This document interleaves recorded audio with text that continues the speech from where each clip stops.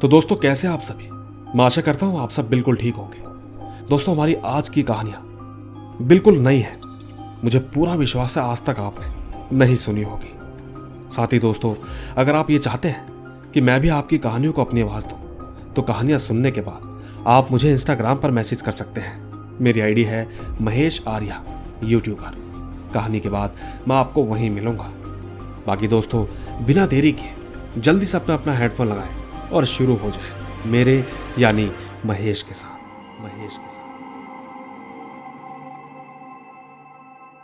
दोस्तों, मेरा नाम रमेश गुर्जर है। मैं राजस्थान के भरतपुर जिले का रहने वाला हूं। आप सभी को बता दूं कि रात होते ही मैं इनकी कहानियां जरूर सुनता हूं। मैं इनकी आवाज को इतना पसंद करता हूं कि आपको क्या ही बताऊं। खैर, आज की कहानी में मैं आपको मेरे फ्रेंड के साथ घटी एक घटना के बारे में बताता हूं। मेरा फ्रेंड एक मकान में रहता था और साथ ही उसका एक पार्टनर भी था। उस पार्टनर के 2 फ्रेंड और थे, वो भी उनके साथ रहते थे। मतलब कुल मिला के 2 रूम थे। उसमें 2-2 लोग अलग अलग रहते थे। दोनों में 2-2 लोग रहते थे। इसके आगे की कहानी मैं फ्रेंड के पॉइंट ऑफ व्यू से सुनाऊंगा। मेरा नाम सुधीर है।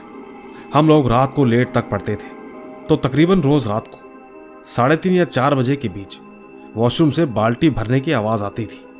हम लोग सोचते थे कि बगल वाले नहाते होंगे और ऐसा अक्सर होता रहता था।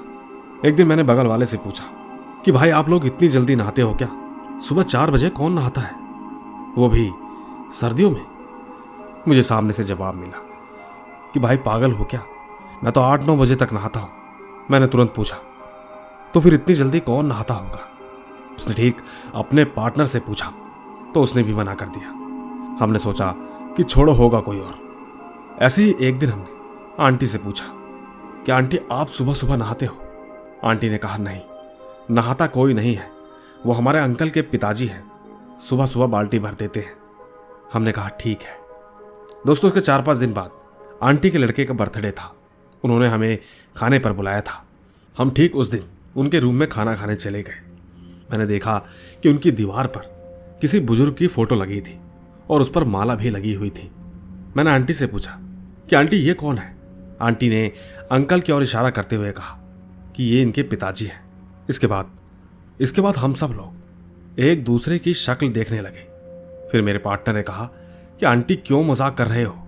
4-5 दिन पहले आपने बताया तो था कि अंकल के पिताजी रोजाना पानी भरते हैं। आंटी ने कहा, तुम इन्हीं से पूछ लो।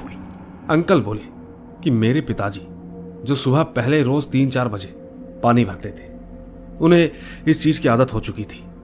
अभी उनकी मौत को 1 साल ही हुआ है, लेकिन वो रोजाना आते हैं और पानी भरते हैं। वो हमारे आसपास ही होते हैं, लेकिन हमें दिखाई नहीं देते। दोस्तों, इसके बाद तो हमने जल्दी से खाना खाया और अपने अपने रूम में चले गए। और हम लोगों में से कोई भी रात को नहीं जागता था। सभी टाइम होते ही सो जाया करते थे।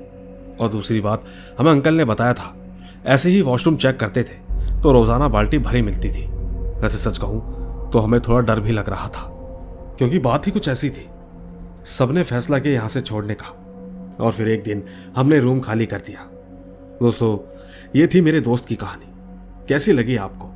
कमेंट बॉक्स में जरूर बताना, क्योंकि इसके बाद मैं सर को और भी कहानियां भेजूंगा टाइम मिलते ही। और हाँ, एक बात और, इस बार बहुत ही ज्यादा डरावनी कहानी है, तो उसको बिल्कुल मिस मत करना। आज के लिए इतना ही। Good night. तो दोस्तों, देखा आपने, ये थी रामकेश गुर्जर की कहानी। उम्मीद है आपको इनकी कहानी जरूर पसंद आई होगी, क्योंकि इस तरह की कहानी हमने आज तक पहले नहीं सुनी। बाकी मैं ले चलता हूं आपको हमारी आज की दूसरी कहानी की तरफ। आइए सुनते हैं। नमस्कार महेश सर, आपको और आपके पूरे परिवार को नवरात्रि की ढेर सारी शुभकामनाएं। साथ ही आपको सुनने वाले सभी भाई बहनों को भी नवरात्रि की बहुत बहुत बधाई। मेरा नाम रामानंद पटेल है और मैं छत्तीसगढ़ के बिलासपुर जिले के गांव लोहसी का रहने वाला हूं। फिलहाल मैं अभी रायपुर में रहता हूं। आज मैं आपको जो घटना बताने वाला हूं वो आज से पहले लगभग 5 साल पहले की है, जब मैं 10वीं क्लास में पढ़ता था। हम हमारे गांव से 1 किलोमीटर दूर में स्थित एक छोटी सी बस्ती में रहते थे। यहाँ यूं ही कुछ 200-300 लोग रहते थे। खैर, घटना पर आते हैं। हमारी बस्ती में एक घर था जो उस समय गांव का सबसे बड़ा घर था। उस घर को बनाने वाले लोगों ने उसे लगभग 8 से 10 साल ऐसे ही वीरान छोड़ दिया। वो तकरीबन 10 साल के बाद उस घर में दोबारा रहने आए। खैर, कुछ महीने तक तो सब कुछ सही चलता रहा, पर धीरे धीरे उनके घर में कुछ अजीब सी घटनाएं होना शुरू हो गई। जैसे वो लोग घर में पूरे दिन टीवी देखते रहते तो अचानक उन्हें किसी के छत पर चलने की आवाज आती रहती। जबकि एक बात सबसे बड़ी है, उनके घर में सीढ़ियां तक नहीं है, तो आखिर ऊपर कोई जाता कैसे होगा। दूसरा, कई बार तो किसी के हंसने की आवाज आती, और तो और जब वो लोग सोते तो अक्सर उनको कोई बिस्तर से उठाने की कोशिश करता, जिससे वो रात को अक्सर जाग जाया करते। दोस्तों, यही नहीं, एक बार तो हद ही हो गई। एक बार वो सारी फैमिली टीवी देख रहे थे कि उसी बीच अचानक किसी ने टीवी पर एक ईंट का टुकड़ा फेंक दिया, जिससे कि टीवी उसी वक्त फट गया और उसमें आग भी लग गई। सच कहूं तो सही मायने में उन्हें कुछ भी समझ नहीं आ रहा था। इन सब के बाद उन्होंने उस घर में पूजा भी कराई, लेकिन उसके बावजूद भी ये सब घटना रुकने का नाम नहीं ले रही थी। इसी तरह एक बार सब लोग रात का खाना खाकर सो रहे थे, तब उसी बीच उनकी फैमिली में से किसी एक लड़के को नहीं मालूम किसने पर खाट सहित उठाकर पलट दिया। अब दोस्तों, आते हैं निष्कर्ष पे। ये सब घटनाएं होने के बाद उन्होंने कुछ समय में ही वो घर खाली कर दिया, जिसके बाद गांव में और आसपास के सभी गांव में इस बात की चर्चा होने लगी। सब लोग सोच में पड़ गए थे कि इतनी सारी घटनाएं आखिरकार कैसे हो रही हैं। आसपास के गांव वाले तो उस घटना के बारे में सुनकर वहां उस घर को देखने आने लगे। दिन में तो सब कुछ सही रहता था, लेकिन रात होते ही फिर वही सब घटना होना चालू हो जाती। कई बार तो लोग रात को भी ग्रुप में उस घटना को देखने आते थे। लेकिन दोस्तों, मैं गांव में भी रहकर इन सब घटना को सच नहीं मानता था, और दूसरी तरफ लोग दूर दूर से इन सब चीजों को देखने आते थे। इसी तरह मैं अपने कुछ दोस्तों के साथ उस घर को देखने गया। मैंने लगभग 40 से 50 लोग उस घर के सामने खड़े और कुछ बैठे देखे, जिनमें से कुछ लोग तो गांव के ही थे और कुछ लोग दूसरे गांव के थे। उस वक्त लगभग रात के 9 बज चुके थे। मैंने देखा कि अंदर एक कैंडल जल रहा था। शायद उस घर में लाइट नहीं जल रही थी। कैंडल के ठीक ऊपर दीवार पर भोलेनाथ की एक फोटो टंगी थी। कुछ लोग दरवाजे पर ही बैठे थे, जिसकी वजह से मैं ज्यादा सफाई से नहीं देख पा रहा था। मुझे सिर्फ उस मोमबत्ती की रोशनी में जितना फैलाव था, बस उतना ही एरिया दिख रहा था। सब के सब शांत रूप से उस घर के अंदर देख रहे थे। मुझे कुछ पता नहीं था कि उस घर में आखिर लोग क्या देखने के लिए आते थे। 10-15 मिनट बीते, फिर मेरे दोस्त ने कहा, ये क्या है यार, ये सब क्या देखने आए हैं अपने अपने घरों को छोड़कर, ऐसा भी कुछ होता है क्या। मैं ठीक ऐसे ही अपने दोस्त को ज्ञान देने लग गया। तब वहां खड़े गांव के एक बुजुर्ग ने मेरी बात सुनकर मुझे बताया, जो कि ठीक उस घर के 1-2 घर के बाद रहते थे। उन्होंने बताया कि बेटा, ये सब मजाक नहीं है।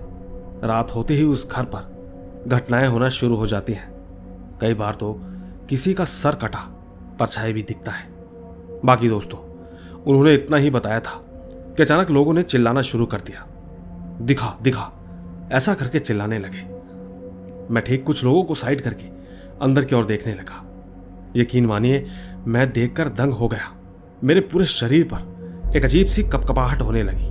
मैंने देखा कि एक परछाई ठीक मोमबत्ती के उजाले में दीवार पर चलती हुई दिखी, और ठीक जो लोग दरवाजे पर बैठे और खड़े थे वो सब के सब दूर हो गए।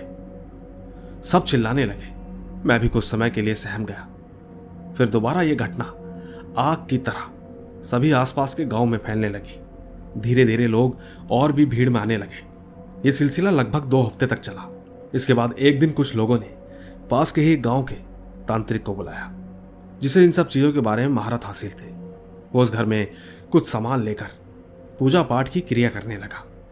उन्हें पूजा करते हुए कुछ ही समय हुआ होगा कि तभी अचानक उन्होंने जो कुछ भी सामान अपने पूजा में रखा था, सब इधर उधर एक एक कर बिखरने लगा।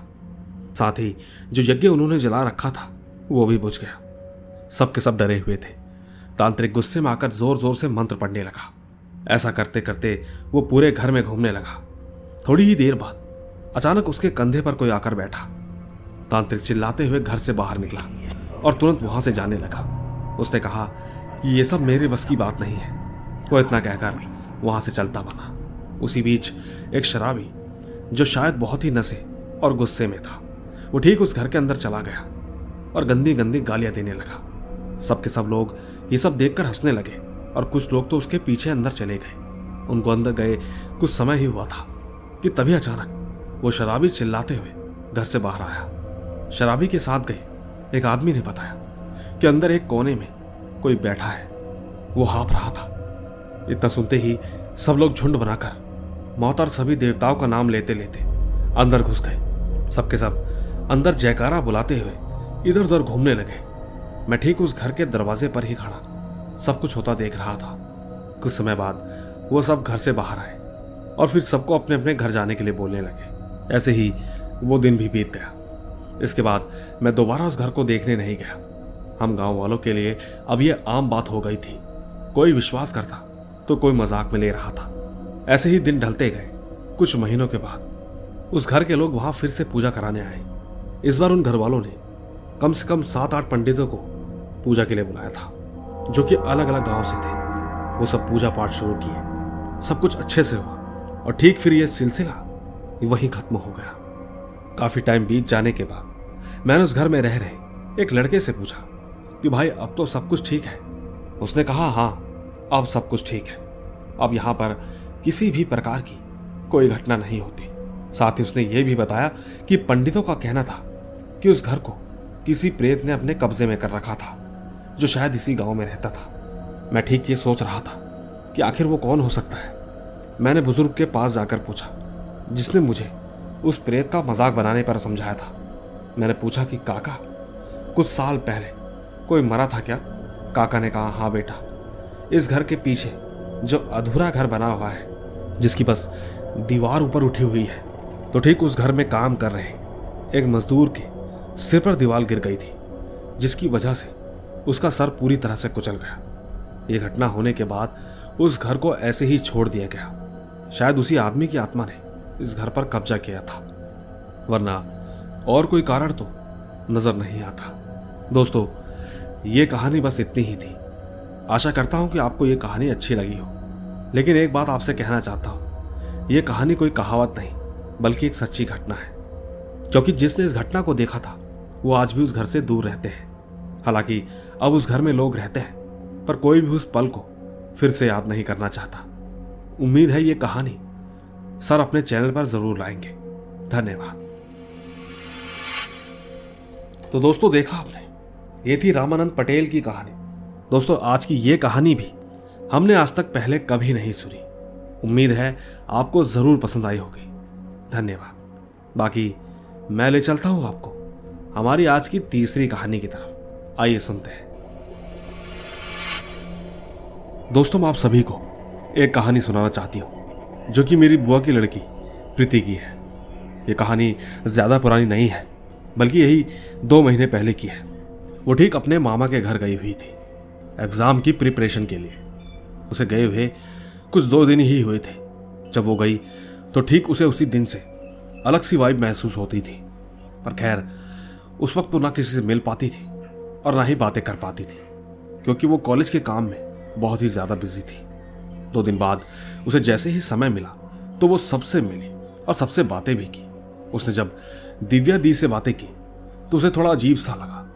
वैसे वो 2 दिन से नोटिस कर पा रही थी, लेकिन वो इतना ध्यान नहीं दे पाई क्योंकि वो बिजी थी। दिव्या मामा की लड़की थी। खैर, उस रात सबने बहुत बातें करी, मस्ती करी।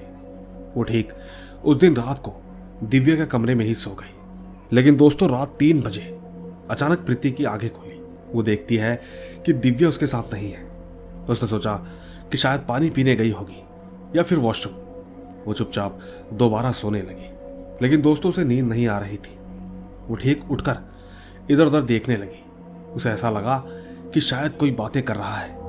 प्रीति थोड़ा डर भी गई थी कि कौन इतनी रात को बातें कर रहा होगा।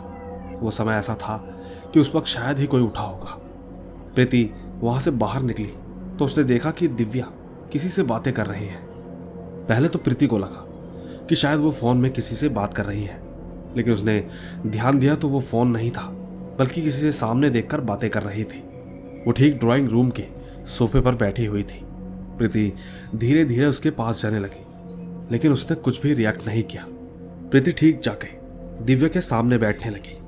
उसको बैठता देख दिव्या एकदम से बोल पड़ी कि यहां मत बैठो। प्रीति को थोड़ा अजीब लगा। उसने पूछा कि क्यों। दिव्या ने कोई रिप्लाई नहीं किया। अपनी साइड में हाथ लगा के कहा कि आजा मेरे पास बैठ जा। प्रीति को लगा कि अच्छा ये साथ बैठाना चाहती है। प्रीति ने इतना ध्यान नहीं दिया, बल्कि जब वो साथ में बैठी तो पहले तो उसने ध्यान नहीं दिया, पर फिर उसकी नजर एकदम से सामने वाले सोफे पर पड़ी। उसने ध्यान से देखा कि सोफे की गद्दी उसे देखकर ऐसा लग रहा था कि जैसे उस पर कोई बैठा हो, लेकिन कुछ ही पलों में सोफा एकदम ठीक ठाक था। एक बार को तो उसे लगा कि शायद उसका वहम होगा, जिसके थोड़ी देर बाद वो दोनों सोने के लिए चले गए। दोनों ठीक जैसे ही सोने की कोशिश करने लगे, दिव्या जिस बेड पर सोती थी वो डबल बेड था। प्रीति जैसे ही दिव्या के बगल में लेटी तो दिव्या ने थोड़ी सी ऐसी जगह बना ली जैसे उनके बीच में कोई साथ सोएगा, लेकिन प्रीति ने यह बात भी इग्नोर करी और थोड़ी देर में वो भी सो गई। इसके बाद जब वो उठी तो देखकर एकदम हैरान रह गए। उसने पाया कि दिव्या बेड की जगह नीचे लेटी हुई है। ऐसा लगा मानो कि सोते हुए उसको किसी ने उठाकर नीचे सुला दिया हो। दोस्तों, प्रीति को एक बार को तो लगा कि शायद दिव्या मजाक कर रही है। इसके नेक्स्ट डे वो कॉलेज चली गई और वहां से आने में उसे लेट हो गई। वापस आकर वो सीधा दीवू के कमरे में बैठ गई। दिव्या उसे कमरे में कहीं नहीं दिखी तो वो खाना वगैरह खाकर छत पर घूमने चली गई। छत पर उसने देखा कि दिव्या अकेली बैठी है और स्माइल कर रही है। बस आज दूसरी तरफ प्रीति ने सोच लिया था कि आज कुछ भी हो जाए मैं पूछ कर रहूंगी कि वो इतना अजीब बिहेव क्यों कर रही है। वो ठीक दिव्या के पास गई और उससे पूछने लगी कि ये तुझे क्या हो गया है, तू ऐसा बिहेव क्यों कर रही है। दोस्तों, दिव्या ने इस बात का कोई जवाब नहीं दिया, बल्कि वो तो चुपचाप उठकर नीचे चली गई। साथ ही प्रीति ने उस दिन एक बात नोटिस की कि उस वक्त छत पर ना तो हवा चल रही थी और ना ही कोई फैन लगाया हुआ था। दिव्या ने एक लॉन्ग फ्रॉक डाल रखी थी। उसके ठीक एक साइड ऐसा लग रहा था जैसे किसी ने पकड़ रखा हो। ये सीन देखकर प्रीति को अजीब तो लगा और ठीक उसने ये भी सोच लिया कि तभी उसने सोच लिया कि अब मैं जानकर ही रहूंगी आखिर क्या बात है। थोड़ी देर बाद जब वो नीचे आई तो उसने मामी से ये बात पूछी, लेकिन मामी ने कुछ नहीं बताया। लेकिन थोड़ी देर बाद आरव ने उसे ये बात बताई। आरव उसके मामा का लड़का है। उसने बताया कि दीदी दिव्या दीदी के साथ एक छोटा बच्चा रहता है। प्रीति ने यह बात सुनते ही कहा कि क्यों मजाक कर रहा है, और बात ठीक भी थी, क्योंकि उसने बात ही कुछ ऐसी कही थी कि जिस पर कोई यकीन नहीं करेगा। लेकिन आरव ने कहा कि नहीं दी, मैं सच कह रहा हूं। एक बच्चा है जो दिव्या दीदी के साथ रहता है, हर समय हर जगह पर। और हाँ, आपको याद है जब दीदी बीमार हुई थी यही कुछ 1 साल पहले, तो हॉस्पिटल में उनके साथ वाले बेड पर एक छोटा बच्चा एडमिट हुआ था जिसकी उम्र यही कोई 6 या 7 साल की थी। वो ठीक उन दिनों दिव्या दीदी के साथ बहुत अटैच हो गया था, लेकिन उस बच्चे को जॉन्डिस था और जिस दिन दी का चेकअप होने वाला था उस दिन उस बच्चे की डेथ हो गई। उस बच्चे का नाम अभी था और ये बात दीदी को पता नहीं थी। लेकिन टेस्ट कराने के बाद जब वो अपने बेड पर वापस आई तो उसने पाया कि ठीक उनके बगल वाले बेड पर वो बच्चा अभी भी लेटा हुआ है। सब कुछ नॉर्मल लग रहा था। दीदी उससे बातें कर रही थी और नॉर्मल हंस रही थी। उस वक्त हम सबको ये बात बड़ी अजीब लगी, तो मैंने दिव्या दीदी से पूछा कि क्या हुआ दी, किससे बातें कर रहे हो? अभी से। लेकिन तू कैसे अजीब सवाल पूछ रहा है? दोस्तों, मैं एकदम शॉक हो गया। मैंने कहा कि दी, आप पागल तो नहीं हो गए?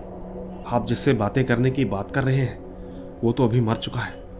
दी मुझ पर एकदम से गुस्सा करने लगी, कहने लगी कि क्या पागल वाली बातें कर रहा है, ऐसे नहीं बोलते। दीदी को तो इस बात पर बिल्कुल यकीन नहीं हुआ। जब हमने वहां के स्टाफ वालों को बुलाया और ये बात पूछवाई, पर दी को तब भी यकीन नहीं हुआ। हालांकि इसके बाद उस बच्चे ने खुद दी को कहा कि दी, ये सब लोग सच बोल रहे हैं। इसके बाद जब दी ने उसका हाथ पकड़ने की कोशिश की तो उस बच्चे का हाथ दी के हाथों में ही नहीं आया। तब जाकर उन्हें कहीं यकीन हुआ और वो बहुत रोने लगी। बच्चे ने दी को कहा कि आप मत रो, मैं आपके पास ही तो हूं। ये सारी बातें दोस्तों हमें हमारी दी ने बताई। वो दी से इतना ज्यादा अटैच हो गया है कि वो मरने के बाद भी उन्हें छोड़ नहीं पाया। वैसे उस बच्चे ने आज तक किसी को कोई नुकसान नहीं पहुंचाया, लेकिन वो छोड़ने का नाम भी नहीं लेता।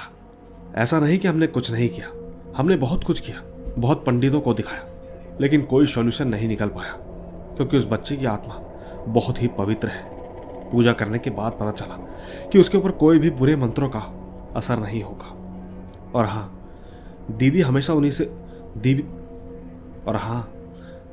उससे बात करती रहती है और उसके साथ बहुत खुश भी है। और तो और एक बात और, वो बच्चा आने वाली हर बुराई को पहले ही दिव्या दी को आगाह कर देता है। बाकी दोस्तों, प्रीति ने वहां कुछ देखा तो नहीं, लेकिन महसूस बहुत कुछ किया है। जैसे कि दिव्या के कमरे में बच्चों के खिलौने और उस बच्चे की एक फोटो भी, जिस पर प्रीति ने पहले तो ध्यान नहीं दिया, लेकिन जब आरव ने दिखाया तब जाकर उसे इन बातों पर यकीन हुआ। नहीं मालूम दोस्तों कि ये किस प्रकार की घटना है, पर अब वो ज्यादा किसी से मिलती भी नहीं है और ना ही किसी से ज्यादा बातें करती है। तो दोस्तों, देखा आपने, ये थी एक ऐसी कहानी जो अभी भी चल रही है। वैसे इस कहानी को सुनकर यकीन कर पाना थोड़ा मुश्किल है, मगर ये कहानी वाकई लाजवाब भी है। पर फिलहाल मैं ले चलता हूं आपको हमारी आज की चौथी कहानी की तरफ। बस आप हर कहानी के नीचे एक कमेंट जरूर कीजिएगा। आइए सुनते हैं। हेलो दोस्तों, मैं अंजलि वाराणसी से। आज जो कहानी है वो ठीक मेरी है। मैं ठीक अभी जिस जगह रहती हूँ वो मेरा अपना मकान नहीं है, मैं रेंट पर रहती हूँ। दूसरा, मेरे परिवार में मेरी माँ और मेरी बहन है।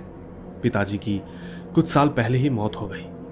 खैर, जिस घर में मैं रहती हूँ उस घर में हमें आए कुछ महीने हुए हैं। इस घर में हमने 2 कमरे और एक किचन लिया है। और ठीक एक दादाजी रहते हैं जिनका यह मकान है। दादाजी ऊपर रहते हैं अकेले। हाँ, ऊपर एक बहुत ही मोटा बिजली का तार है जिसमें न जाने कितने ही वोल्टेज का करंट है। इसीलिए हमें ऊपर जाना अलाउ नहीं है, क्योंकि इस घर में 4 बच्चों की उस तार को छूने से मौत हो चुकी है। और ये बात हमें घर लेने के बाद पता चली। माँ ने कहा कि चलो कोई बात नहीं, कुछ दिन देख लेते हैं, अगर कोई अच्छा रूम मिला तो यहाँ से खाली कर देंगे। दोस्तों, कुछ दिन तक तो ठीक रहा, लेकिन बहुत ही जल्द घर में कुछ अजीब सी चीजें होना शुरू हो गई। और हाँ, एक बात मैं आपसे क्लियर कर दूं कि मैं जो कुछ भी बता रही हूँ वो बिल्कुल सच है। एक बार की बात है, माँ आगे वाले कमरे में अकेले सोई हुई थी और उस वक्त मैं और मेरी बहन पीछे वाले रूम में सोए हुए थे। तो ठीक माँ को 2 बजे करीब उनको ऐसा लगा कि जैसे उनके पास से कोई उठकर उनके सिर को हिला रहा हो। एक बार को तो माँ को ऐसा लगा कि शायद मैं हूं। उठकर जब उन्होंने देखा तो पाया कि एक काली परछाई जो तुरंत ही कहीं गायब हो गई। माँ काफी डर गई। उन्होंने इस बात के बारे में मुझे सुबह बताया।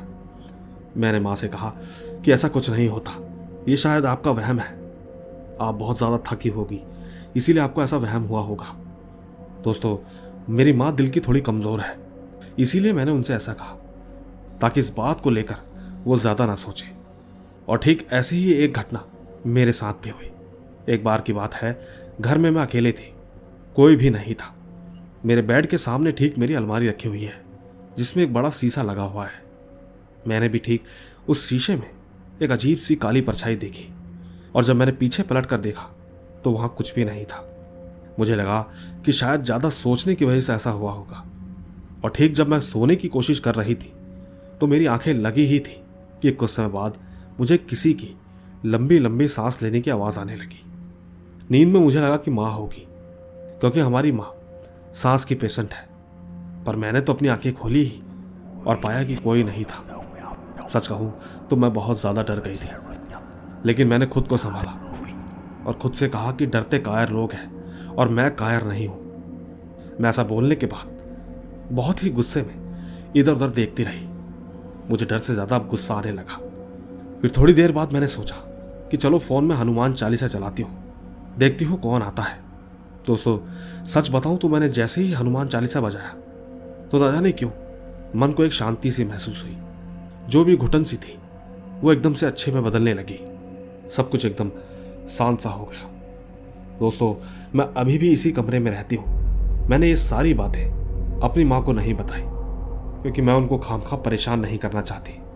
और दूसरी बात तो यह है कि मैं इन सब चीज़ों से उतना नहीं डरती।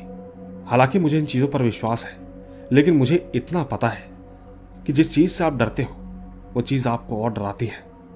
बस इसी कारण मैं इतना ज़्यादा नहीं डरती। सबसे बड़ी बात तो यह है कि मैं घर पर अकेले होने के बावजूद भी सर की कहानियाँ सुनती हूँ, क्योंकि मुझे इनकी स्टोरी बहुत पसंद है। ये मैंने अपनी ज़िंदगी की पहली स्टोरी सुनाई है जिसे मैंने आज तक कभी किसी को नहीं बताई थी। मुझे उम्मीद है कि सर इस स्टोरी को अपनी आवाज़ ज़रूर देंगे। मेरे पास और भी कहानियाँ हैं जो मैं जल्द ही भेजूंगी। फिलहाल मैं अपनी आवाज़ को यही विराम देती हूँ। धन्यवाद। तो दोस्तों, देखा आपने, ये थी अंजलि की कहानी। हमें वाकई अंजलि से सीख लेनी चाहिए कि किस तरह वो अकेले रहने के बावजूद भी अपने मन में वो डर पैदा नहीं होने देती, क्योंकि अक्सर आदमी जब डरता है तो डरता ही चला जाता है। कई केस तो ऐसे भी हैं कि डर के चक्कर में उन्हें घर भी खाली करना पड़ता है। पर फिलहाल मैं अंजलि का बहुत बहुत शुक्रिया अदा करता हूँ। बाकी दोस्तों, अब वक्त हो चला है हमारे वही पुराने सिलसिले का। कुछ छोटे किस्से हैं जिसे सुनाने के बाद मैं भी अपनी आवाज को विराम देना चाहूंगा। आइए सुनते हैं। दोस्तों, मैं उड़ीसा से हूं। यह कहानी तब की है जब मैं चौथी क्लास में पढ़ता था। हमारा परिवार तब भुवनेश्वर में एक बड़े मकान में रहते थे। हमारे साथ 2 परिवार और रहते थे। कुल हम 9 या 10 लोग होंगे। एक दिन की बात है, माँ ने मुझे खाना खाने के लिए बुलाया। मुझे ठीक उस वक्त वॉशरूम करने जाना था। मेरी एक आदत थी, मैं हमेशा बाहर एक नाली में वॉशरूम करता था। जब मैं वॉशरूम कर रहा था तो मेरा ध्यान हमारे घर की छत पर गया। मैंने ध्यान से देखा तो पाया कि एक काला सा साया एकदम धीरे से हमारे छत के उस साइड चला गया। साथ ही दोस्तों, एक बात और बता दूं कि मैं कभी नहीं डरता था। मैंने सोचा कि शायद ये आंटी होंगी। मैंने नीचे से आवाज लगाई पर कोई जवाब नहीं आया। उस वक्त मुझे थोड़ा डर तो लगा, लेकिन वो चीज वापस दूसरी साइड आने लगी। मैंने ध्यान से देखा तो पाया कि स्ट्रीट लाइट की रोशनी सीधा उसके आर पार आ रही है। दोस्तों, ये मंजर बहुत खतरनाक था। मैं वैसे इन चीज़ों पर विश्वास नहीं करता था, पर उस दिन से ये सब देखकर मुझे अपनी आंखों पर विश्वास नहीं हुआ। मैं तुरंत घर में चला गया और खाना खा के चुपचाप सो गया। हालांकि इसके कुछ दिन बाद हम शिफ्ट हो गए और मैंने इस घटना के बारे में किसी को नहीं बताया। कुछ दिन इस नए घर में गुजरने के बाद मैंने अपनी माँ को उस घर के बारे में कहते सुना, पर माँ मुझे बताने के लिए कभी राजी नहीं थी।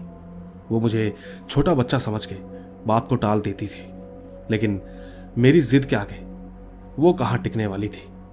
आखिर में उसने मुझे बताया कि हमारे पुराने घर के साइड में जो अंकल रहते हैं, रात कुछ 10 या 11 बजे वो वॉशरूम करने के लिए गए थे कि अचानक उनके दरवाजे पर कोई जोर जोर से पीटने लगा। हालांकि जब उन्होंने दरवाजा खोला तो उनके सामने भी काला साया आया था। वो अंकल इतना डर गए कि अचानक बेहोश हो गए। वैसे दोस्तों, मैंने आपको बताया कि मैं उड़ीसा से हूँ। बाकी दोस्तों, मैं आपको अपना नाम बताना भूल गया। मेरा नाम विश्वजीत है। ये बात मुझे मेरे दादाजी ने बताई थी। बात तब की है जब मेरे दादाजी 17 साल के थे। वो बताते हैं कि उनके टाइम पर एक शैतान हुआ करता था जो दिखने में एक बंदर जैसा था और ठीक उसका मुंह भी जला हुआ था। वो अक्सर पेड़ों पर रात के समय रहता था। वो अपने पंजे को रास्ते पर झुला कर रखता था और जब कोई उस रास्ते से गुजरता तो उसे जकड़कर पेड़ के ऊपर खींच लेता था और मार दिया करता था। और हाँ, अगर आप उसके पंच से बच गए तो वो चीज आपका पीछा करती है।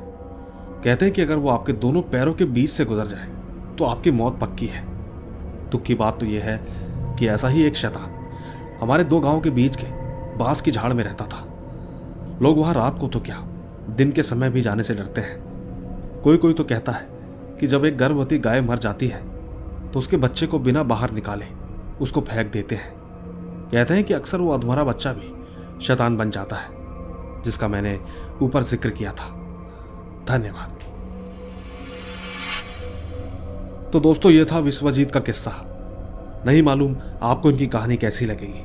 बाकी मैं ले चलता हूं आपको हमारी आखिरी किस्से की तरफ। आइए सुनते हैं। दोस्तों, मेरा नाम सुमित है। मैं पंजाब का रहने वाला हूं और ये स्टोरी मेरी बुआ की है जो हिमाचल में रहती है।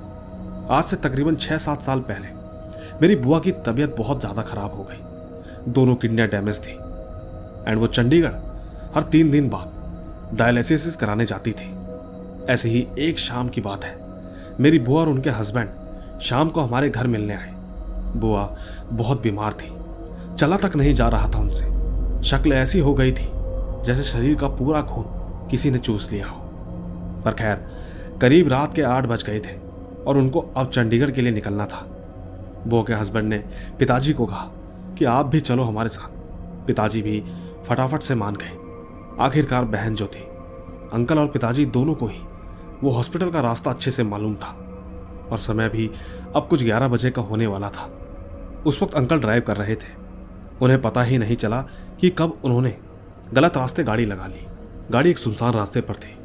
पिताजी को भी अंदाजा नहीं हुआ, लेकिन कुछ देर बाद उन दोनों को रियलाइज हुआ, तो फिर उन्होंने कार को राइट डायरेक्शन में डाला। पिताजी पीछे वाली सीट पर बैठे हुए थे। उन्होंने देखा कि बुआ एक डरावनी हंसी हंस रही थी, बहुत ही भयानक चेहरा बनाकर, लेकिन वो कुछ बोली नहीं, बस मुस्कुराती रही। पिताजी और अंकल दोनों कंफ्यूज थे कि आखिर वो रास्ता कैसे भूल गए। खैर, दोनों हॉस्पिटल पहुंच गए एंड कुछ महीनों बाद मेरी बुआ की डेथ हो गई। अंकल ने बहुत बाबा को दिखाया। बहुत लोगों ने यह भी कहा कि उन पर किसी ने कुछ कराया था। दोस्तों, यही था मेरा एक छोटा सा किस्सा। धन्यवाद। तो दोस्तों, देखा आपने, ये थी हमारी आज की कहानियां और कुछ 2 किस्से। उम्मीद है आपको जरूर पसंद आया होगा। बाकी यूं ही मिलता रहूंगा आपसे इसी तरह की रोमांच भरी रहस्यमयी कहानियों के साथ। बस तब तक आप अपना और अपने परिवार का ख्याल रखें। चलता हूं, बाय बाय।